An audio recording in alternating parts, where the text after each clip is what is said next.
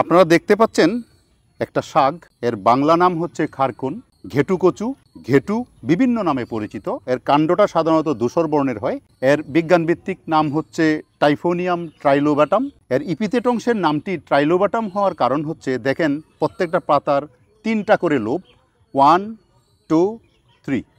এই যে ট্রাই মানে 3, এই 3টা লোবের কারণে এর বিজ্ঞানভিত্তিক নামের ইপিথেট অংশের নামটি ট্রাইলোবাটাম করা হয়েছে। যাই হোক, এটা একটা পুষ্টি সমৃদ্ধ খাবার। যদি এর শাক এবং ডাটা শুটকি মাছ এবং সাথে কাঁঠালের বিচি দিয়ে রান্না করে খান তাহলে খুবই মুখরোচক হয়।